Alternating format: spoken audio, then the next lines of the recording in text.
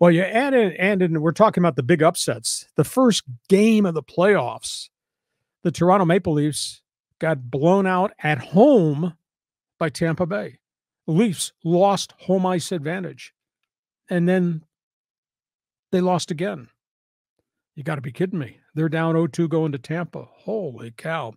Edmonton got beat by the LA Kings in the first game, which was a real stunner. Edmonton's got two of the great goal scorers in the league in Connor McDavid and Leon Draisaitl.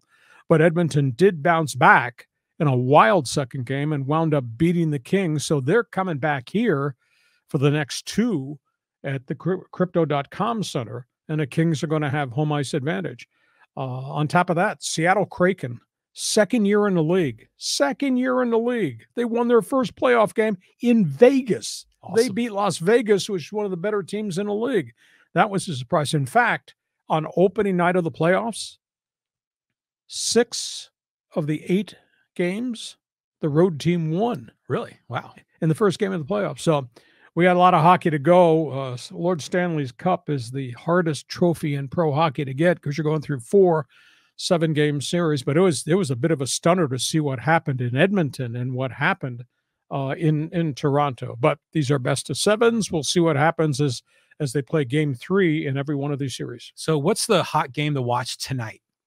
That's a good question. I think it's Toronto-Tampa Bay, but this sucker is not going to be easy. And the only thing I can say is the toughest market to play baseball in is New York. Mm-hmm.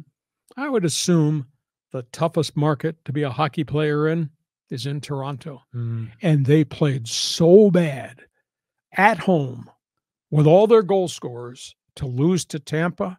I cannot imagine what the last 24 hours has been like in Toronto for those guys. Can't imagine what they have to do coming into this second game against Tampa Bay. Yeah, I mean, and Toronto is such a huge metropolitan area. We visited there last year, and it was fantastic.